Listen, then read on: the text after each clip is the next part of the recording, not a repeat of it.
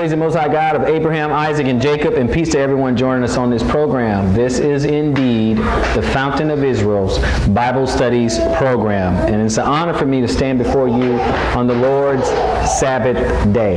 Now, this is a subject we're going to cover, which is the circumcision. It's a subject that has been causing a lot of controversy in the Israelite circles and the various camps. Some camps like you do have to do it. Some camps say, you don't have to do it. Some camps say, hey, Paul's doing away with the law. So you have Hebrew camps out there that they don't deal with Paul's writing whatsoever.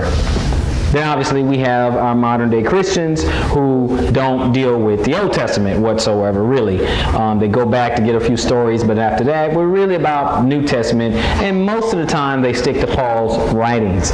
But we're going to let the Scriptures speak for itself concerning the law of circumcision and see if it's valid or done away with, or has there been a little bit of a misunderstanding when it comes to the circumcision. So this lesson is the circumcision, the heart or the flesh.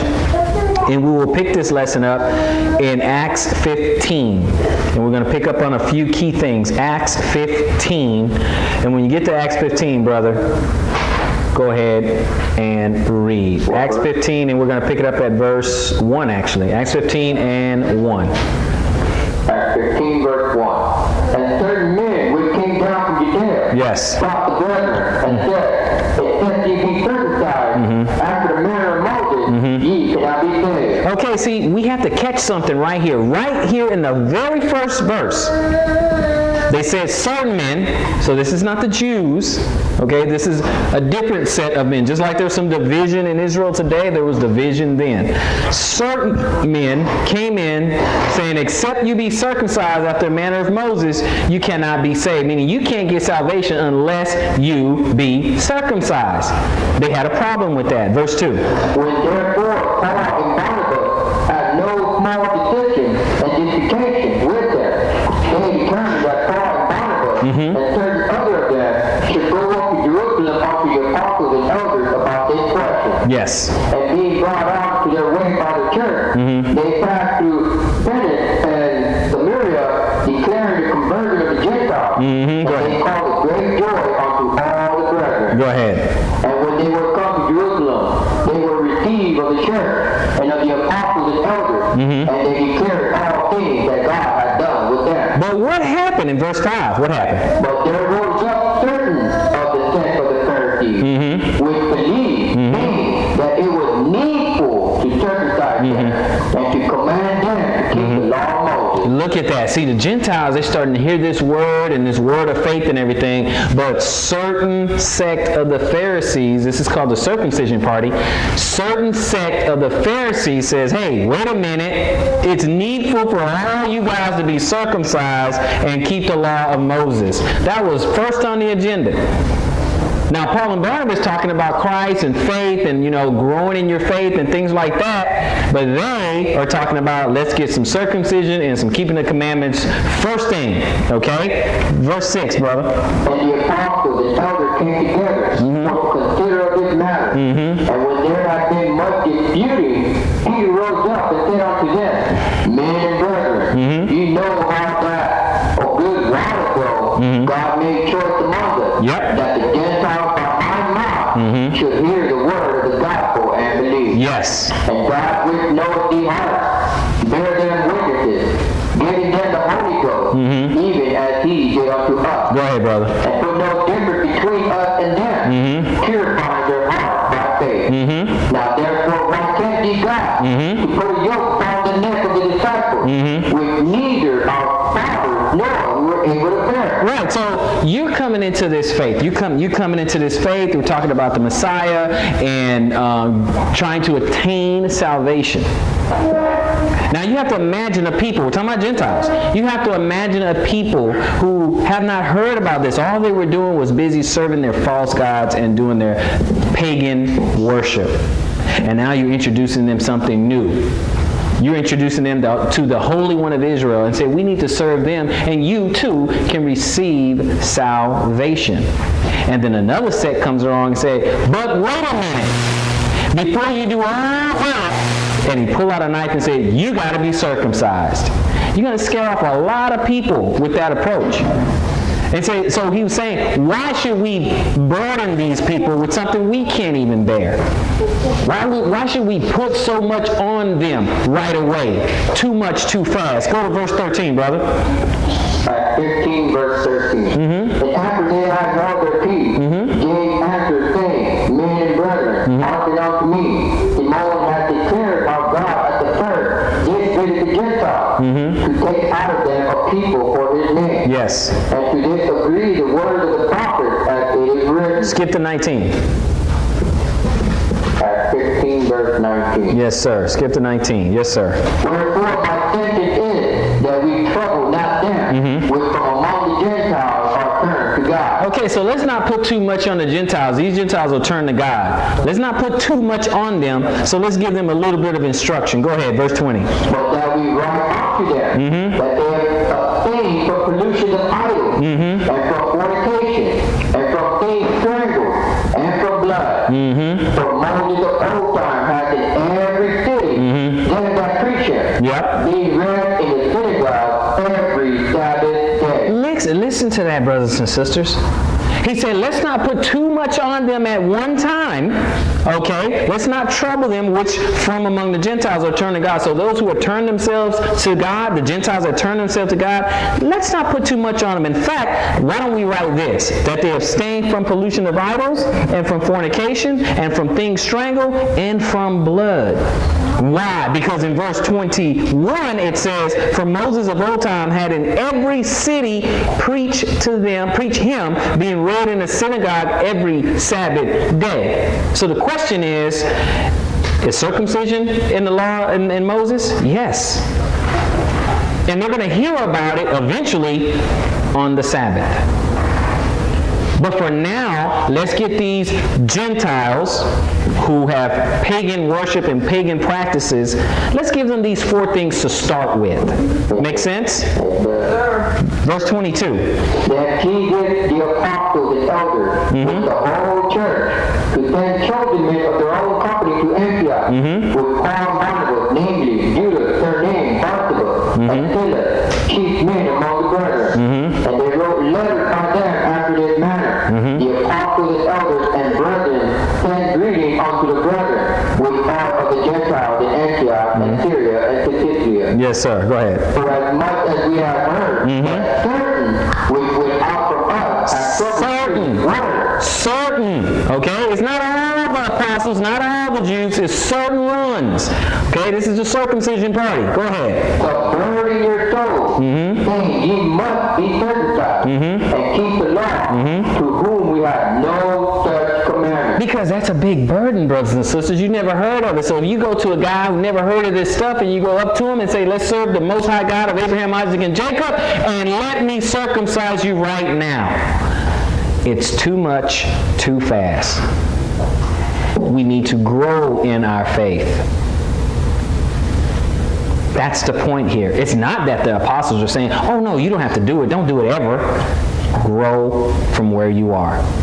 Drop to verse 28, brother. 28. For it seemed good to the Holy Ghost and to us to lay upon you no greater burden than these necessary things. No greater burden. We don't want to put no greater burden on you right now. Okay? Because we know you're going to hear the law and the prophets every Sabbath day. So for right now, all we wrote to you is this. And the Holy Ghost seemed pleased with it.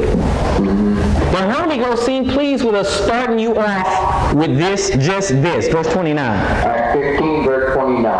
That ye abstain from meat offered to idols, Yes. and from blood, and from things strangled, Yes. and from fornication, from which if ye keep yourselves, ye shall do well, fare ye well. Exactly.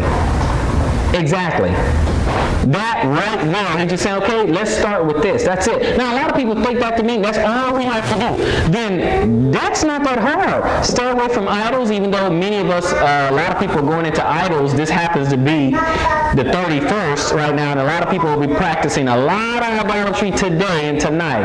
Okay? But it said, abstain from meats offering to idols. That's why we don't do the Christmas turkey, okay? We don't do the Christmas ham. Or from blood. We don't eat our meat rare, okay? And the things strangled. And from fornication. that would be really easy. That's not that hard for us. But we got a lot of other things to do. We can't think that that's all there is. This is just a good start, especially to pagans and those who have never heard of the Holy One of Israel. Acts 16, brother. Acts 16. So if you thought that Paul thought, okay, yeah, you know what? We just talked to the elders. I talked to Peter. I talked to James. Everybody signed off on that. That's all we got to do. Then we should not see Acts 16 in verse 1. And when you get there, go ahead, brother. There came he to Derbe and Lystra, and behold, a certain disciple was there, named Timothy, Yes. the son of a certain woman, Yes. which was a Jewess, and believed, but his father was a Greek. Okay, just so you know, she believed. I mean, she knew the truth. She knew what was going on. She had Timothy, her son. That's the same disciple of Paul. She was an Israelite, but his father was a Greek. Okay, he was a Greek. So, verse 2. Which was well reported of our brethren that were at Lystra and Iconium. He heard good things about Timothy. So, Timothy knew better. He was a good guy. Go ahead. Then would Paul have to go forth with him, and took and circumcised him, because of the Jews which were in those quarters. Yep. For they knew that his father was a Greek. So he went to circumcise. Why? Because Timothy already knew. His mother was Israelite. She already knew about the law and the prophets. She already knew. So she already told Timothy. So when Paul comes along and say, Tim, you know, we got to circumcise you, he already knew. Okay? So it wasn't a matter of, well, we don't have to do that no more, because if that was true, he could have told Timothy, don't worry about it. We don't have to do it. But the other Jews, they knew he knew better. So they would say, well, how come he's not circumcised? He knows. So there was no excuse. So we're going to go ahead and continue. Let's go to Genesis 17. Let's see where this whole thing began. We're going to run through some scriptures, and we're going to get a quick but clear understanding of this circumcision. A quick but clear understanding of Genesis 17, and we're going to pick it up at verse 1. And when you get there, brother, proceed. And when Abraham was 90 years old and 9, the Lord appeared to Abraham and said unto him, I am the Almighty God. Walk before me and be thou perfect. And I will make my covenant between me and thee, and will multiply thee exceedingly. And Abraham fell on his face, and God talked with him, saying, As for me, behold, my covenant is with thee, and thou shalt be a father of many nations. Go ahead, brother. Neither shall thy name any more be called Abraham, but thy name shall be Abraham. So it changed from Abram to Abraham, which means many. Continue. For a father of many nations have I made thee. Go ahead. And I will make thee exceeding fruitful, and I will make nations of thee, and kings shall come out of thee. Yes. And I will establish my covenant between me and thee, and thy seed after thee in their generations. For how long? Everlasting covenant. Everlasting. Go ahead. To be a God unto thee, and to thy seed after thee. Yes, sir. Skip down to verse 10. This is my covenant, which ye shall keep between me and you, Yes. and thy seed after thee. Every man child among you shall be circumcised. Okay, so is this a man-made thing, or did the Lord say this is his covenant? It's his covenant. This is not some man-made thing. Oh, the Israelites, they just were doing that just because of all the stuff you hear today in modern Christianity. Oh, well, they were just doing that because that was just the old law, and it don't really mean nothing, and they just want to do you from the dead works and all that. Whoa. If the Lord tell you to do something, is that a dead work? That's a part of his covenant. He said, this is my covenant. It's not even Abraham's covenant. He gave it to Abraham, but it's my covenant, says the Lord. Go ahead, brother. And ye shall circumcise the flesh of your foreskin, and it shall be a token of the covenant between me and you. Go ahead, brother. Verse 12. And he that is 8 days old shall be circumcised among you. Yes, sir. Every man child in your generation, he that is born in the house, or bought with money of any stranger, which is not of thy seed. That pretty much covers everybody, doesn't it?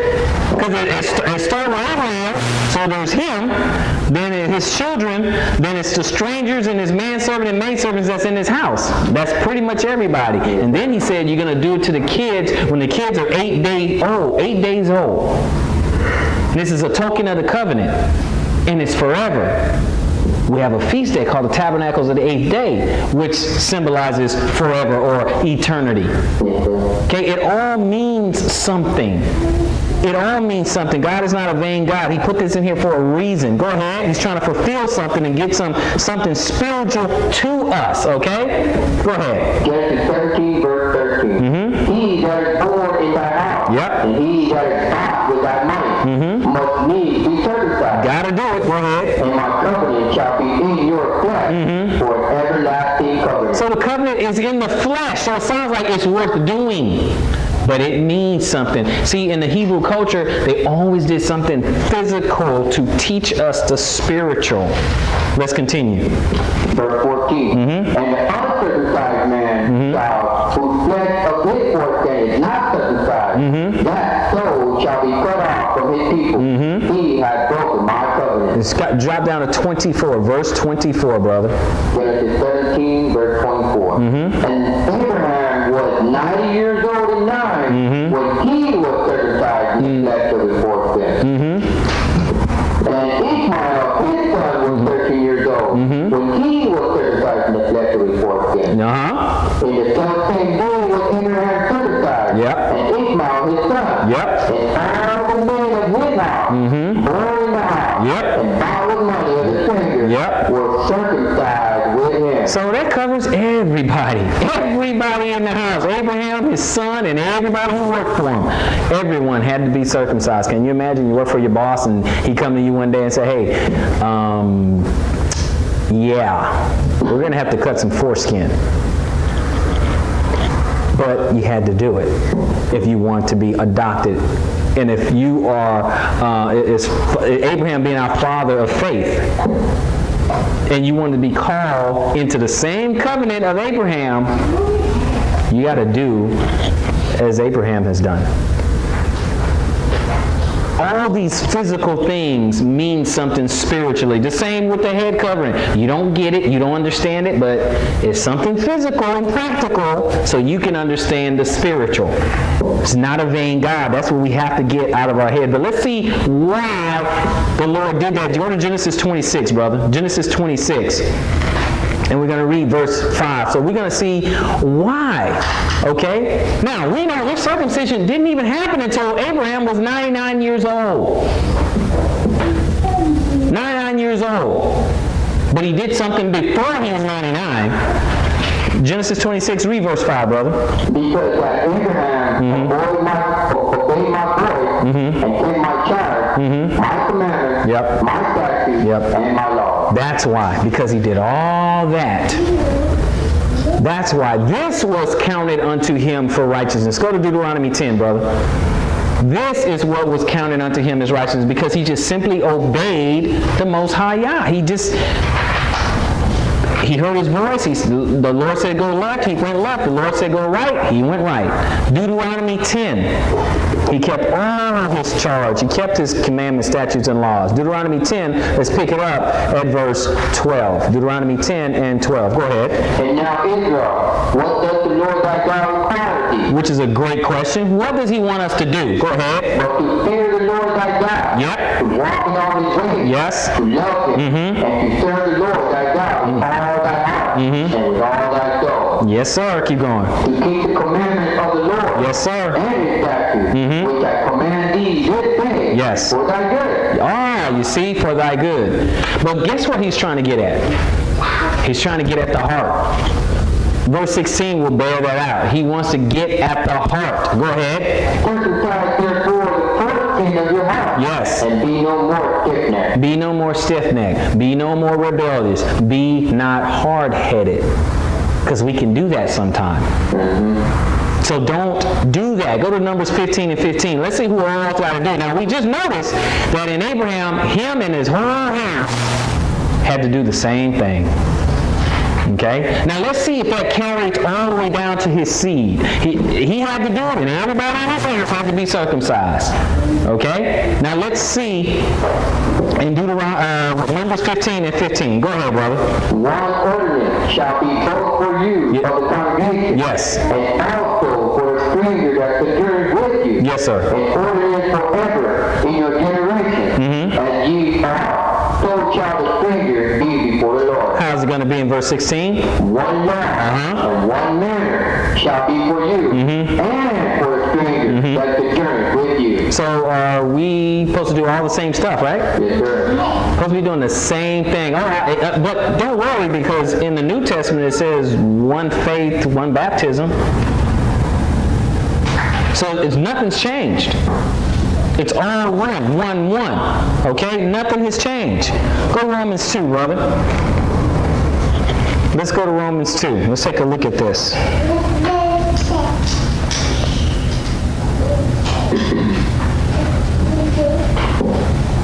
Romans 2.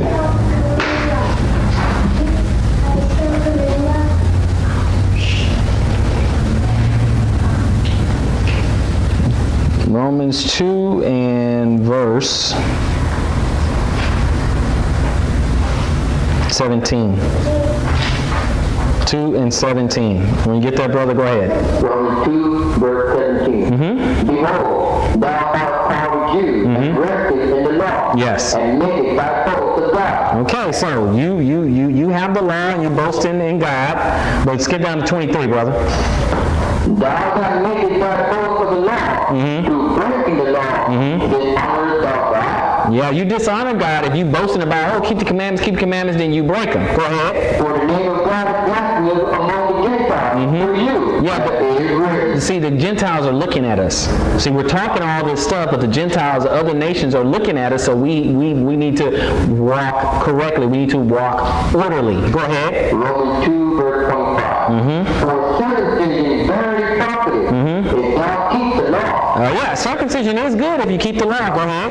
But if thou be a breaker of the law, thy circumcision is made uncircumcision. Doesn't it sound like he's kind of combating certain men who are saying, hey, you got to be circumcised in order to be saved?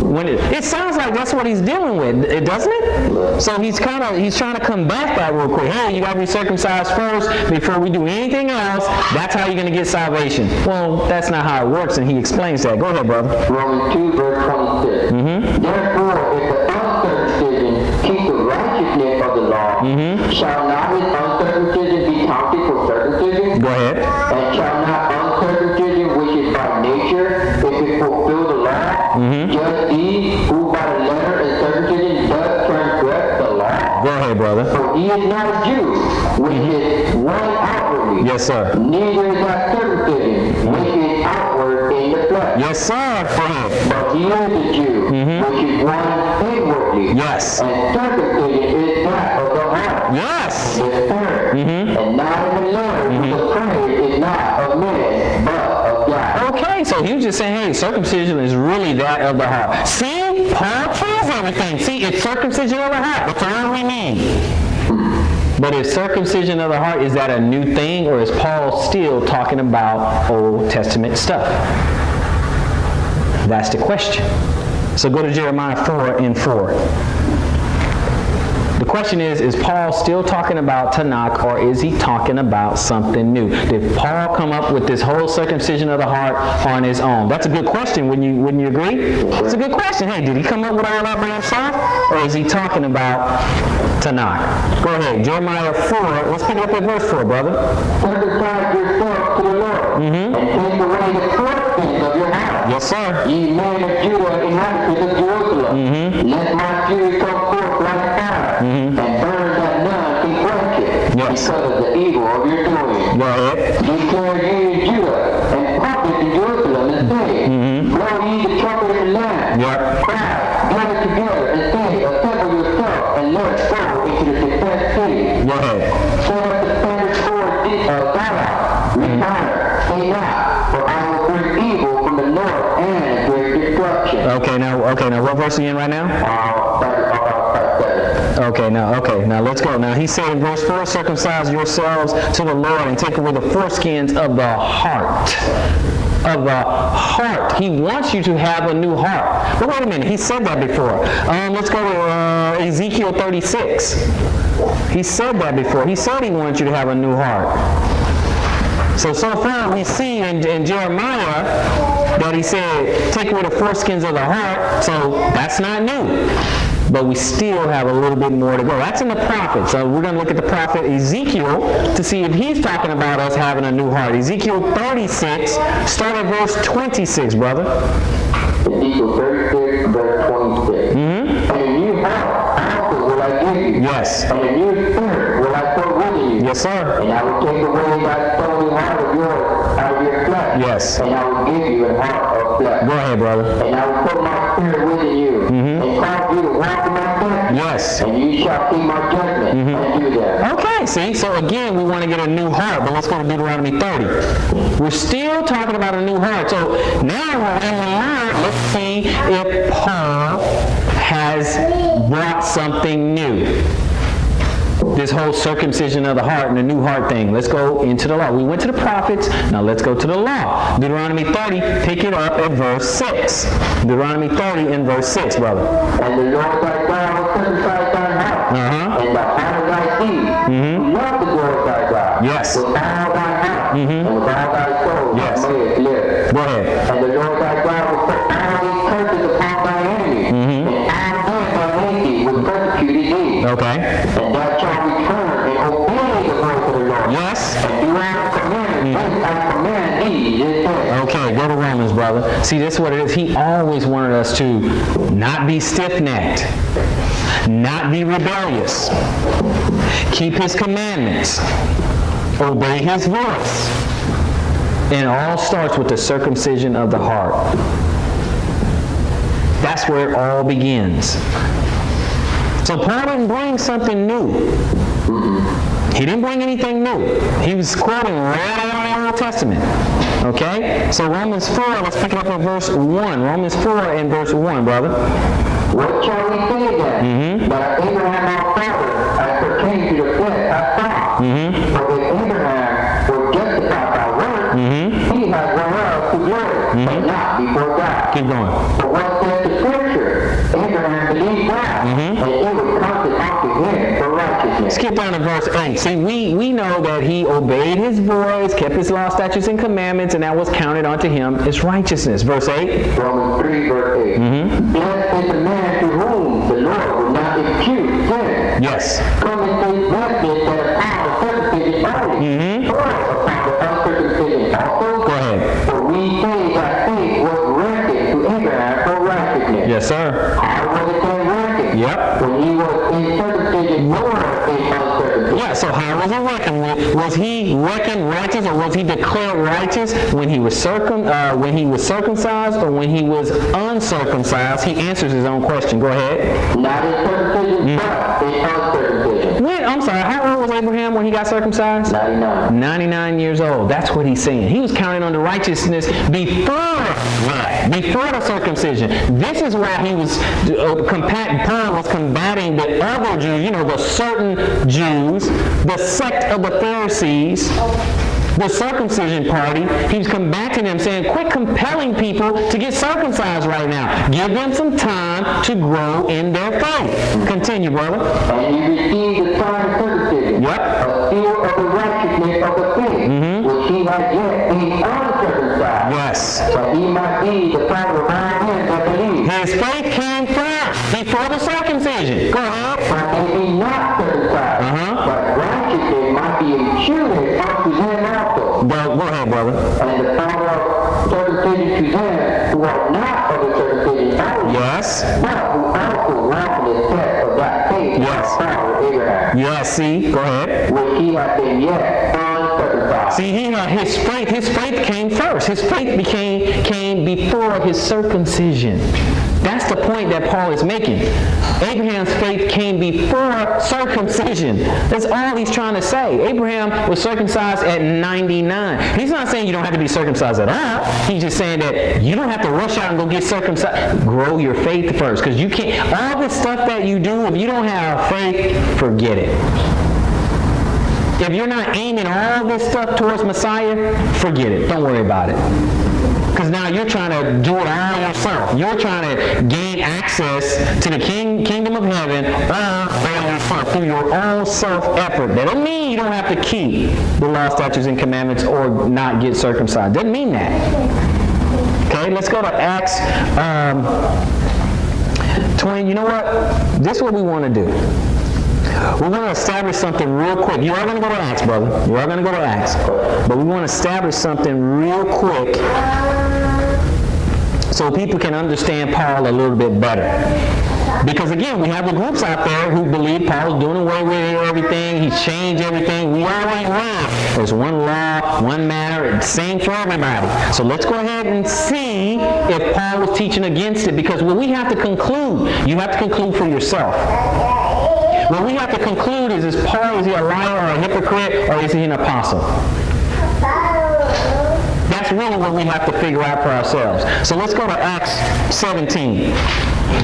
Go to Acts 17 and let's take a look at this real quick.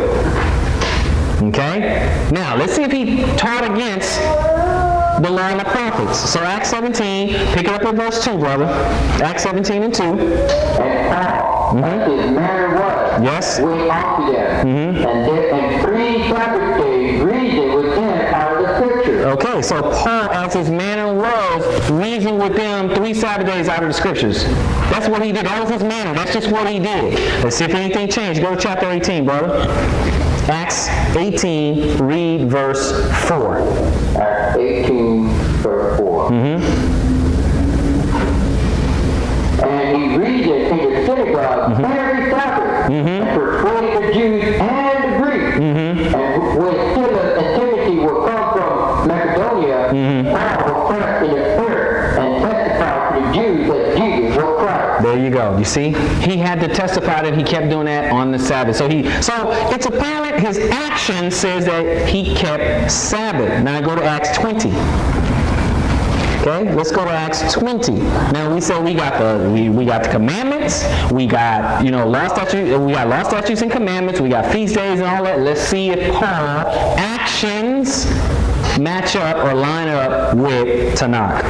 20 verse 6. Acts 20 verse 6. Go ahead, brother. And we sailed away from Philippi after the days of unleavened bread, and came unto them to Troas. Okay, so, go ahead. So we abode 10 days. okay, so he did the days of unleavened bread. That's a holy day, isn't it? Yes, sir. Okay, how about go to go to verse 16, brother. Go to verse 16. What does that say? Acts 20, verse 16. For Paul had determined to depart by Ephesus, because he would not spend the time in Asia, for he hated it. If it were possible for him, he had Jerusalem the day of Pentecost. Wait. So he's doing unleavened bread and Passover, okay, because they're connected. Then he says, I got to get to Jerusalem. I got to travel by all means. I need to get to Jerusalem for Pentecost, which is another one. It's called the Feast of Weeks in the Old Testament. So he was still trying to do that as well. Okay? Now, let's see. Now, that is what his actions told us. Let's see if his words line up with his actions. Go to 1 Corinthians, brother. Let's see if his words line up with his actions. Because we know a lot of people on one side, they have a problem with Paul. And they don't want to do anything with his writings because he's doing away with all the law and the prophets. Then we have the other side who misinterpret Paul and think he actually did do away with all the law and the prophets. So let's go to 1 Corinthians 5. 1 Corinthians 5, brother. Chapter 5. And let's look at verse 7. Read verse 7 and 8. And don't worry, we'll get back on circumcision. Go ahead. 1 Corinthians 5, verse 7. Yes. Purge out therefore the old leaven, that ye may be a new lump, as ye are unleavened. Yes, sir. For even Christ our Passover Oh, so we still doing Passover. Go ahead. is sanctified for us. Yes. Therefore let us keep the feast. What? Therefore let us keep the feast. Go ahead. Not with unleavened, neither with the leaven of malice and of wickedness, but with the unleavened bread of sincerity and truth. Yes, sir. So, Paul was doing a lot of Old Testament stuff, and circumcision is a part of that, right? Yes, sir. That's what we have to remember, okay? So now, let's go to Acts 24. What's on Acts? Go to Acts 24. Go to Acts 24.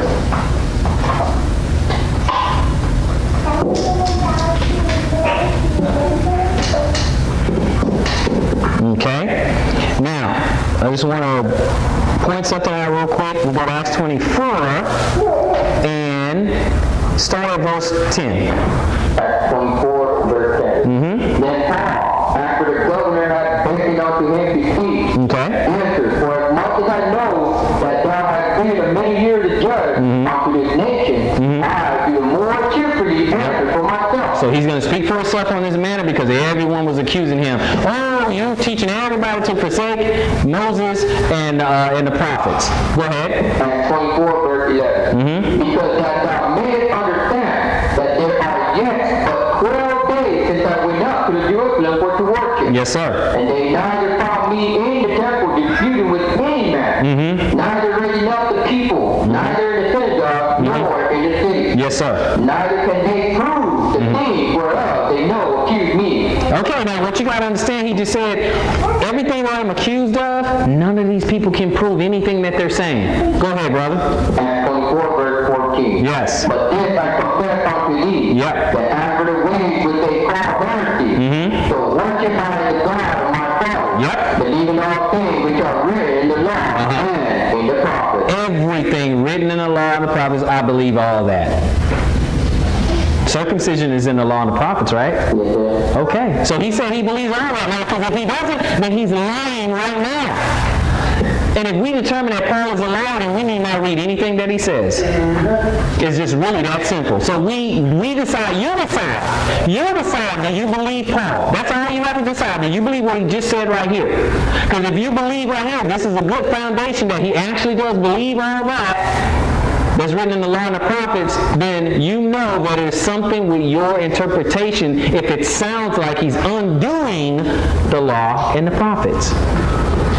Okay? So, let's go back and go to our Acts 21. Go to Acts 21. Okay? Acts 21. Now, he's been accused before, and I knew he was coming up. They hear about Paul, because remember, we keep forgetting that Paul was a Pharisee. So it was law, do the law. Then he switched over when he met Messiah on the road to Damascus. And now he started getting into this whole faith thing. Don't do it with the law. He's just saying, man, I had the law, I had it backwards. I was doing this law, but I didn't have faith. I didn't even know Messiah. But now I do know Messiah. He's the real deal, and we need to believe in him. This is basically what he was teaching. But everyone thinks that he's doing away with the law. We'll see that he was not doing that, okay? Let's start at verse 21. So Acts 21:21, brother. And they are informed of thee that thou teachest all the Jews which are among the Gentiles to forsake Moses, saying that they ought not to be circumcised their children, neither to walk after their custom.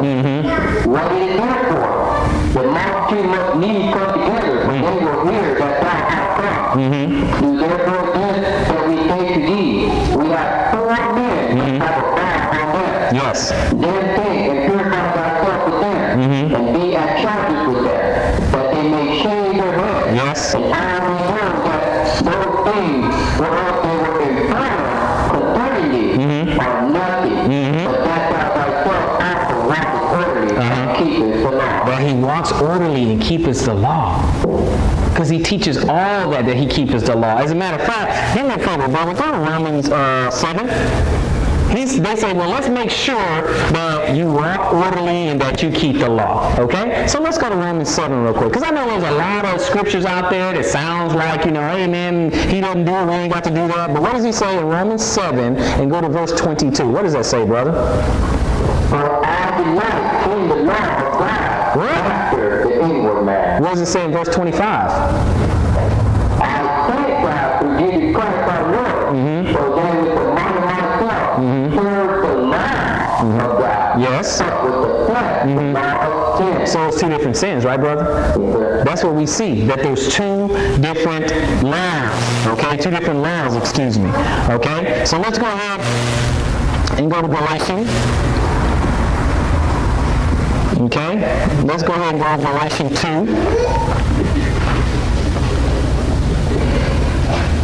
2. Let's go to Galatians 2. Because I'm going to tell you right now, Paul was an apostle. He traveled all over the place. He went to Thessalonica. He went to Colossia. Okay, he went to Corinth. He went to the Romans. He went to the Galatians. Now he's teaching. Then he would leave, and then he would hear something about one of the churches he's already tried to establish. And so he has to write them a letter because of all the things that he's hearing. He has to reteach them over again. So let's go ahead and let's look at a couple things. First, let's look at Galatians 2 Galatians 3, brother. Galatians 3. Yeah, let's do Galatians 3. Okay? Because remember, we had certain men who crept in teaching other stuff. Hey, you gotta be circumcised first.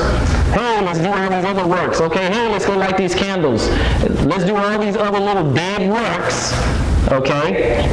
That's how you're going to get saved. Go ahead, Galatians 3, pick it up at verse 1, brother. Oh, Galatians, who hath bewitched you, that ye should not obey the truth, before whose eyes Jesus Christ hath been evidently set forth, crucified among you. This only what I learned of you, receive ye the Spirit by the work of the law, Now, you got this by the hearing of faith. That's how you got the Spirit. The Holy Spirit fell on you because you got faith. Faith first. Just like our father Abraham. Faith came first, right? Okay, go ahead. Galatians 3, verse 3. Are ye so foolish, having begun in the Spirit? Are ye now made perfect by flesh? Yes. Have ye suffered so many things in vain? If it be yet in vain. Go ahead. He therefore hath ministered to you in the Spirit, and work his miracles among you, do as he did by the rest of the law, or by the Spirit of the faith. How did you get these miracles? How did these miracles happen unto you? Was it by the works of the law, or was it the hearing of faith? Go ahead. Galatians 3, verse 6. Even as Abraham believed God, it was accomplished to him for righteousness. Yes, that's what we have to do. We have to believe God. Just obey, believe him. He says jump, we jump. He says sit down, we sit down. That's accounted unto because we're being obedient. But that's faith. You have to grow in your faith first. Go ahead, brother. Galatians 3, verse 7. Know ye therefore that they which are of faith, that they are the children of Abraham. Go ahead. And the scriptures, foreseeing that God would justify the heathen in faith, preached before the gospel unto Abraham, saying, indeed shall our nation be blessed. Yes. So then they which be of faith are blessed with faith for Abraham. Yes. For as many as out of the work of the law are founded with Christ. For it is written, Christ is everyone that continueth not in our things which are written in the book of the law. Okay, real simple. Curse is anyone who does not continue, meaning you don't break the law. You walk in the law, you keep it, you don't break it. You're cursed. Guess what? Because the wages of sin is death. So when you break the law, now you're under the law of sin and death. That's how it works. That's the curse of the law. Not the Ten Commandments. It doesn't say, well, if you keep the Ten Commandments, then you're cursed. If you keep the law of God, then you're cursed. No. Paul even said, I delight in the law of God. Because after the Spirit, I serve the law of God. But after the flesh, the law of sin and death. So every time you see law, it don't automatically mean, oh, it's the Big Ten. You got to get that out of your head. It's all about context. But since it says, curses is every man, every one that continue not in all the things which are written in the book of the law to do. So if you don't keep doing it, that's how you get cursed. But 11, for but that no man is justified by the law on the side of Christ. It is evident, for that judge shall live by faith. Yeah, we're going to get eternal life by faith. We're just doing this because we have faith in the Most High God. Okay? Now, let's go ahead and skip forward. We're still talking about circumcision, so go to Leviticus 26. Leviticus 26.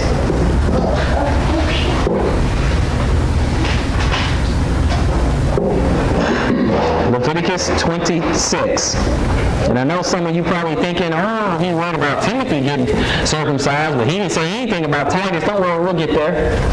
We'll get there. It's not an exhaustive lesson, but we're going to get to the important parts of the lesson just so we can get an understanding. Because remember, by faith, Abraham didn't get circumcised until he was 99 years old, but the whole time he was growing in his faith and obeying God. 26 and 41. Leviticus 26:41. Go ahead, brother. And that I also have walked contrary unto them, Yep. and have brought them into the land of their enemies, Yep. with them and their uncircumcised heart.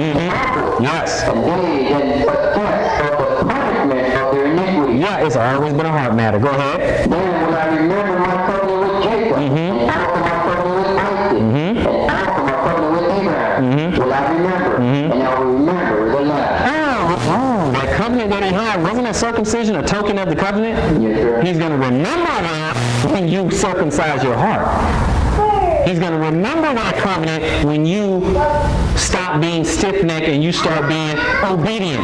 When you start being obedient, then he will remember the covenant. Okay, let's go to Joshua 5, brother. Go back to Joshua. Go to Joshua 5.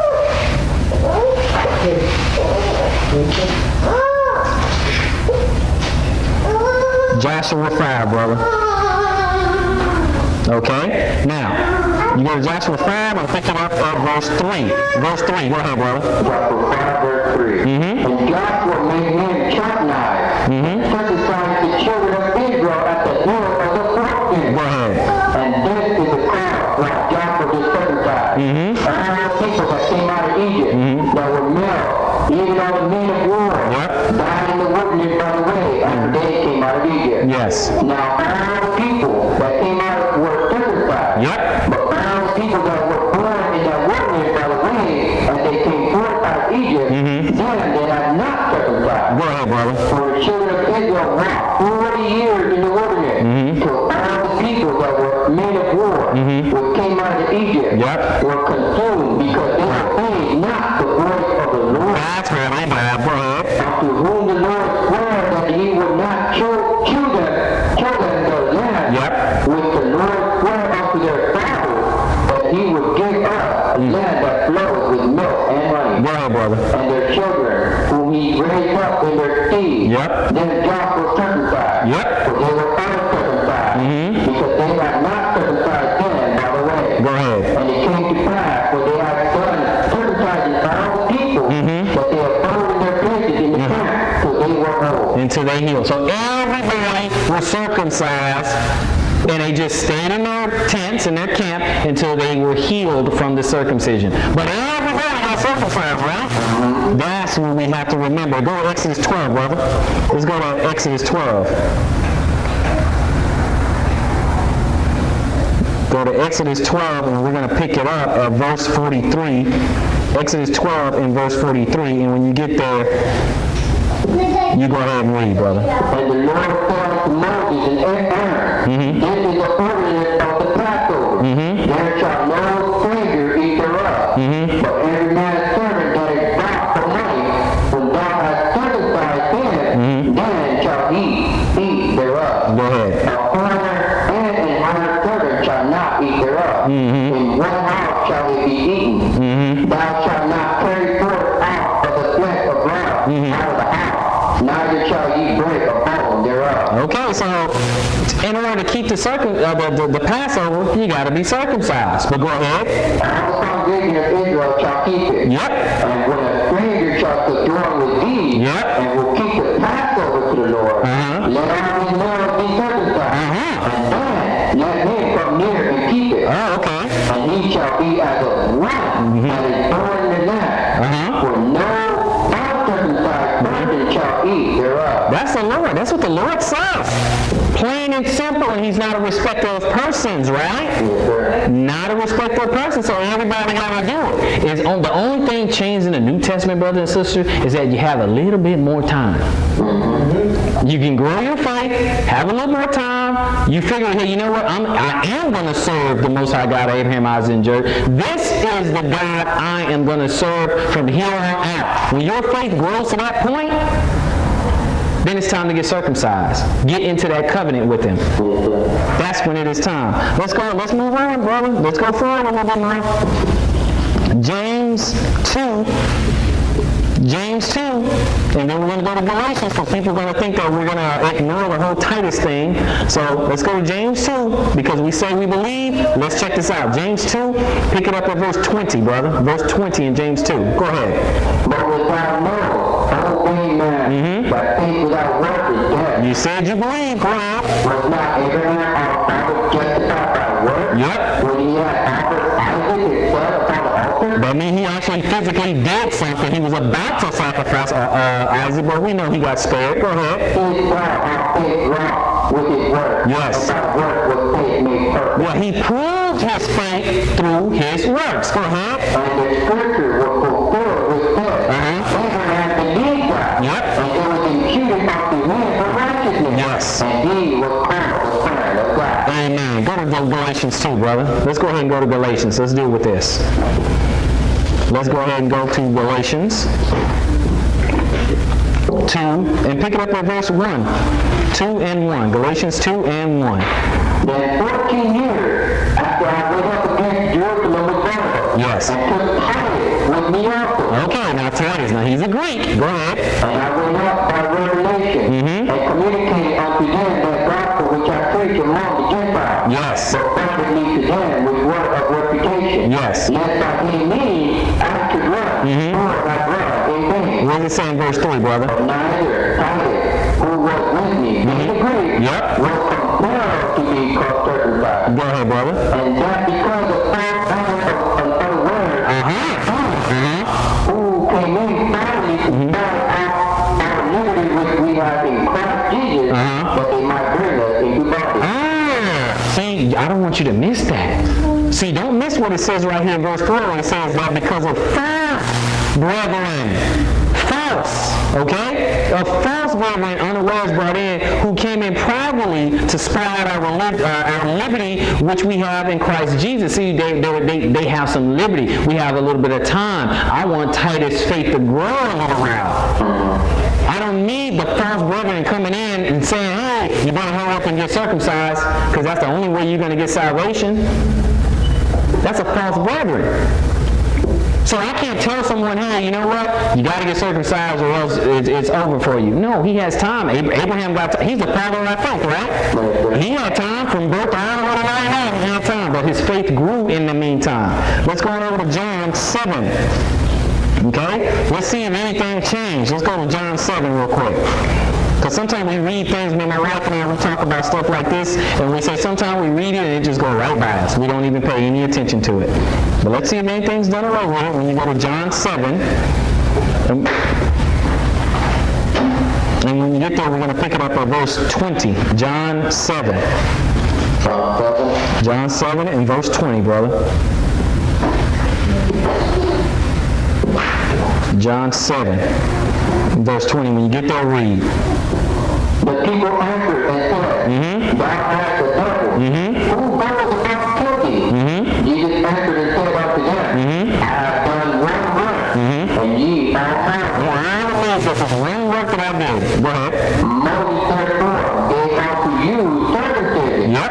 not because it is of Moses, but of the Sabbath. Yes. And ye on the Sabbath day circumcise a man. And ye on the Sabbath day, yes, circumcise a man. On the Sabbath day, go ahead. If a man on the Sabbath day receives circumcision, that the last Moses should not be broken. This is the key, brothers and sisters. You're about to get circumcised, and this is what, see, Messiah is saying this. He says, so if a man receive circumcision on the Sabbath day so that the law of Moses should not be broken. See, we can't break the law of Moses. So we can't come in the New Testament and change something unless Messiah changed something. Okay? Because even in 1 Corinthians 11 and 1, Paul said, follow me as I follow Christ, even as I am also follow Christ.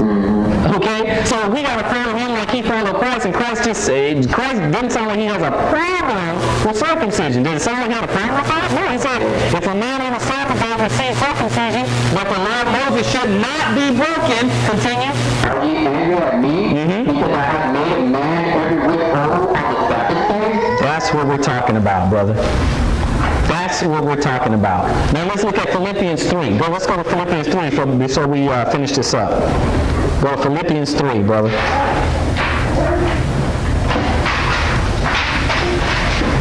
Philippians 3, and we'll finish up. All right. Okay, no problem. Philippians 3, and let's pick it up at verse 1. Philippians 3 and verse 1. Go ahead. Finally, my brethren, rejoice in the Lord. To write the same thing to you. To me indeed is not grievous, but for you it is pain. Go ahead. Beware of God, Beware of evil workers. Beware of the condition. We are the circumcision. We worship God in the Spirit and rejoice in Christ and have no confidence in the flesh. Well, we don't have anything we come up fleshly, let's do this and let's do that or whatever. You might come up with some dumb ritual, say, hey, let's fly a kite at noon because at that time God sees it and he smiles on us or something silly, right? That's just something of the flesh. You're just making something up, okay? So he said, don't worry about stuff like that. Go ahead, brother.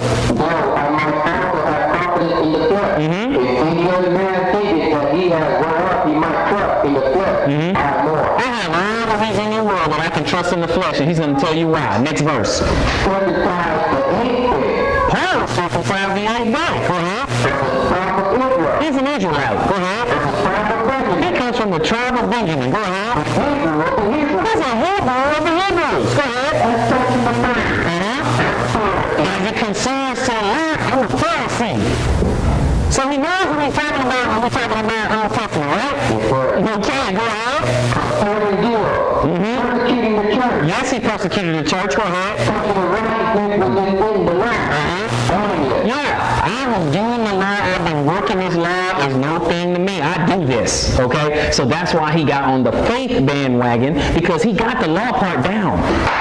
Okay? And so when he goes to teach the Gentiles, he's teaching them the faith part first. Okay? So don't think that he's doing away with the law. And for those who think he's doing away with the law so we can get out of here, go to Romans 13, brother. Go to Romans 13. Let's go ahead and finish this up real quick, because we got way too many people thinking he's doing away with the law. So let's go to Romans 13. Are you there, brother? Go to verse 8 real quick. Romans 13, verse 8. Go ahead, brother. Yes. But to love one another. For he that loveth another hath fulfilled the law. This is when the modern Christian closes with the book, run down the street screaming hallelujah and say, hey, see? That's all we gotta do. Love one another.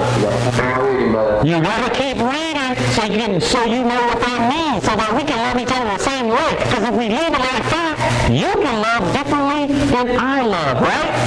So why don't we get a little bit of instruction? Go ahead, brother. Thou shalt not commit adultery. What I do? Go ahead. Thou shalt not kill. Go ahead. Thou shalt not steal. Thou shalt not be a false witness. Thou shalt not covet. Go ahead. If there be any other commandment, Another lot of others. Go ahead. comprehended in this thing, What? thou shalt love thy neighbor as thyself. Go ahead. Love worketh no ill to his neighbor. Therefore love is the fulfilling of the law. Okay, so he told us how to love. So told us how to love. So did Paul teach against the law? No, sir. He just said to do all this stuff. So, since we know that Moses and the prophets are taught every Sabbath day, that includes circumcision, and Christ said the law of Moses cannot be broken or should not be broken. So, do we need circumcision? Yes. Do you have to do it day one? No. Do you have time to grow in your faith and then you should get circumcision? Yes. Until next time, search the scriptures. Improve all things.